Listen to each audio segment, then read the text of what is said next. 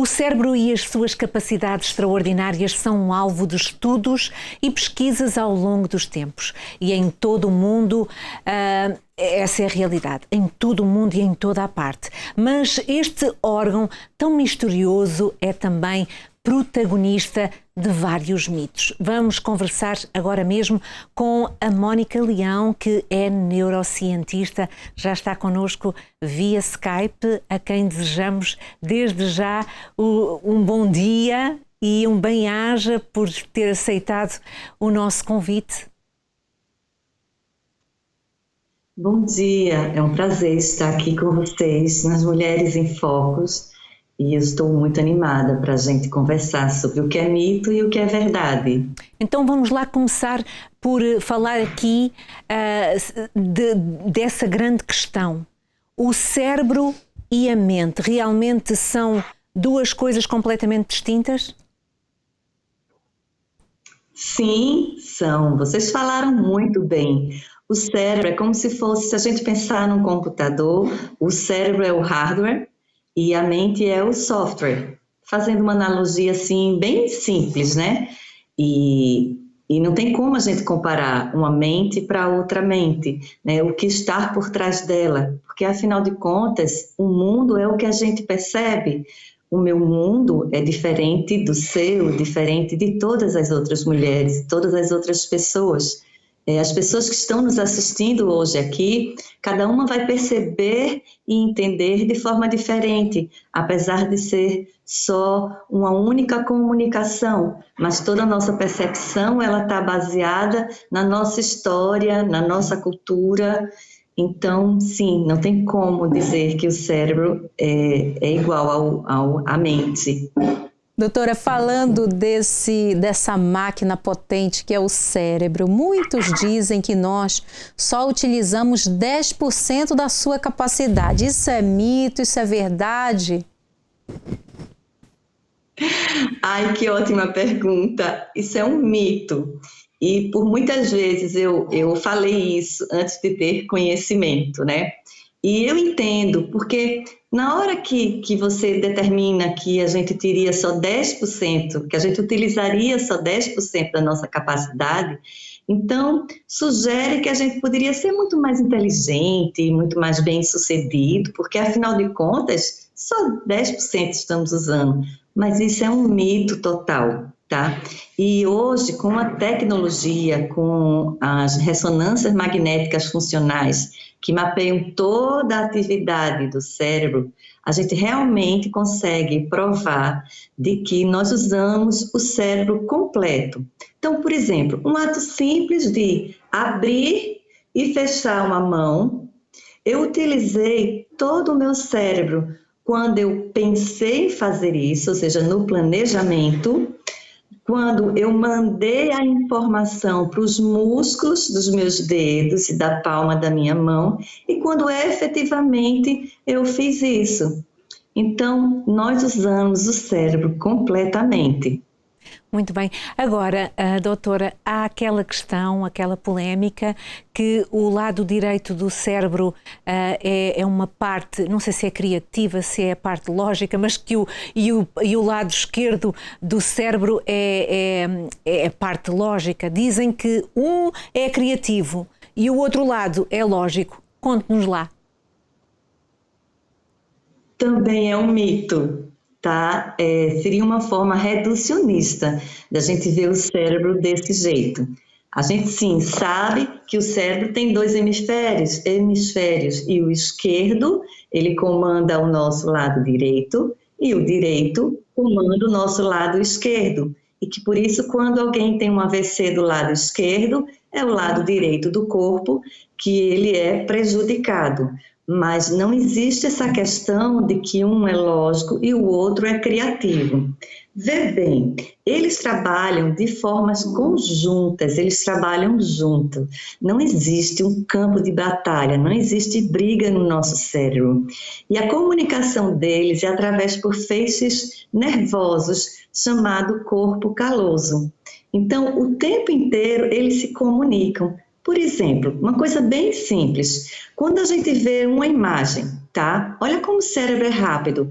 A gente demora só 3 milissegundos para ver uma imagem, mandar aqui para trás do nosso cérebro, que é a parte occipital, aí volta para o lado esquerdo, que vai analisar os detalhes do que a gente está vendo, o lado direito vai ver a formatação geral do que a gente está vendo, vem aqui para frente, para o pré-frontal, para dar consciência a gente de que a gente está vendo, por exemplo, um lápis, uma caneta, um livro, mas eles estão trabalhando simultaneamente e interagindo. Então, como eu falei, não tem briga, não é campo de batalha o nosso cérebro.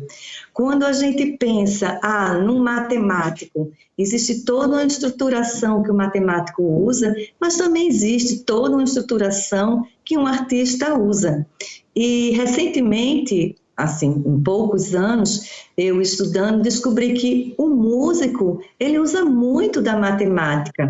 As cordas do piano ou do violão, não importa o que seja, ela tem uma simetria e ela tem muito a ver com matemática. Olha, isso é tão interessante, tão bonito ao mesmo tempo a gente descobrir esses mistérios por detrás desse órgão tão fundamental da nossa vida. Mas aí tem uma outra questão. Tem a infância, a adolescência, que nós ouvimos por toda a vida que é a melhor fase para se aprender. Dizem que as crianças são esponjinhas, não é, doutora? Mas eu gostaria de saber se isso é uma realidade, sem esquecer dos sêniors, dos idosos. Eles também têm possibilidades de aprender, mesmo depois, mesmo na velhice. Como é que está esse cérebro?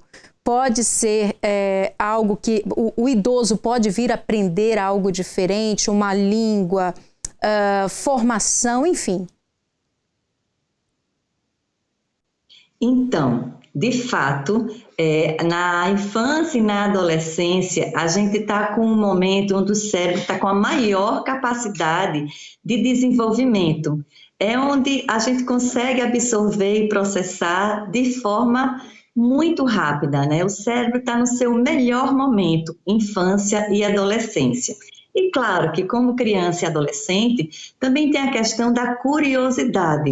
Naturalmente são curiosos para entender o que está acontecendo no mundo, ao seu redor, e isso naturalmente leva um aprendizado. Além disso, nesse momento, existe uma flexibilidade cognitiva que gera também uma facilidade no aprendizado.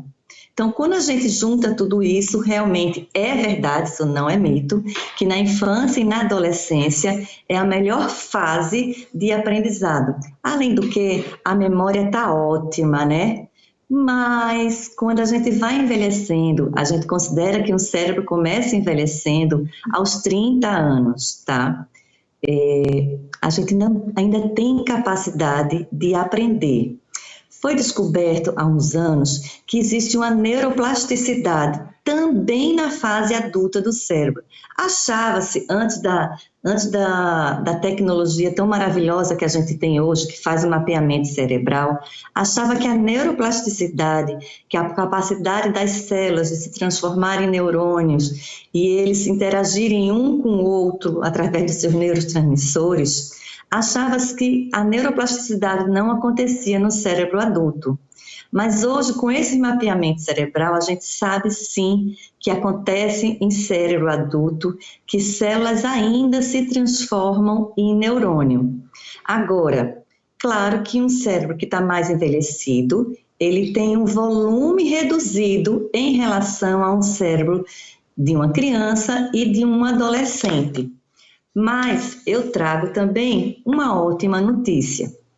Envelhecer é inevitável. Só existem 2 caminhos, ou morrer cedo ou envelhecer. Eu já escolhi o meu, eu quero continuar envelhecendo. Agora, como fazer isso para que o cérebro da gente continue trabalhando ao nosso favor? Bom, quanto mais a gente usar, mais a gente vai estar diminuindo as possibilidades da gente ter uma demência. Não é que a gente vai evitar, não existe isso. Mas diminui a possibilidade, ou então a gente retarda esse tipo de doença. E como a gente pode usar? Bom, desde cedo. A alimentação saudável é um fato. A atividade física interfere positivamente no funcionamento do cérebro. Trabalhar com jogos que requeram atenção, que requeram curiosidade, que você tem que estar sempre pensando. Agora tem muito simples também, sabe? Muito simples é a gente fazer as mesmas coisas de maneira diferente. De vez em quando eu brinco comigo ao tomar banho. Então, normalmente eu pego o shampoo no lado direito, coloco no esquerdo e passo no meu cabelo. E aí eu começo fazendo uma brincadeira com o meu cérebro. Eu faço diferente. Eu pego o shampoo com a mão esquerda e já boto direto no cabelo. Meninas, isso dá um certo incômodo. Então, tudo que a gente puder fazer, toda a nossa rotina que a gente puder fazer de maneira diferente, como por exemplo, ao ir para o estúdio, vocês vão sempre pelo mesmo caminho, façam um teste, comecem indo por caminhos diferentes. Ao voltar aos seus lares, vocês voltam sempre pelo mesmo caminho, façam diferente. Então, tudo que a gente puder na nossa rotina, começar fazendo de forma diferente, a gente está fazendo com que o cérebro pense, que ele saia da rotina, que ele saia da mesmice e que ele comece criando novas conexões. Então, quando a gente entra numa academia para a gente fazer ginástica, é natural que a gente comece assim muito animada e que depois de alguns dias a gente, tem uma dor de cabeça, não, hoje eu não vou porque eu estou com dor de cabeça. Aí no outro dia é uma indisposição. Meninas, isso tudo é o nosso cérebro trabalhando contra a gente, porque a gente está tirando ele do lugar normal, da rotina, e a gente está fazendo com que ele trabalhe de uma forma diferente. Doutora... Então, essas são umas dicas que eu acho fáceis de serem feitas e excelentes, com resultados para o nosso cérebro, que já começou a envelhecer, né? Porque eu já passei dos 30. Pois. Doutora, agora, aqui é caso para dizermos que a mente será, neste caso, uma forte aliada, uma grande auxiliadora do cérebro. Quando o cérebro tende a envelhecer, então a mente tem que dizer, é aí que entra a mente e diz, não, vamos lá, vamos trabalhar, vamos fazer as coisas de forma diferente, não é? Não te apetece, não é? O cérebro diz, não te apetece, mas a mente tem que dizer, não, mesmo, eu vou fazer mesmo sem vontade. Porque é aí que entra, de facto, a ajuda, o auxílio da nossa mente, a consciência a trabalhar. Muito obrigada, doutora Mónica Leão, por ter contribuído no nosso programa Mulheres em Foco de hoje. Um forte abraço. Muito obrigada também. Muito obrigada pela participação. Um beijo a todas. Beijinho, doutora. Vamos Beijo. a um pequeno intervalo e logo de seguida voltamos com o nosso programa.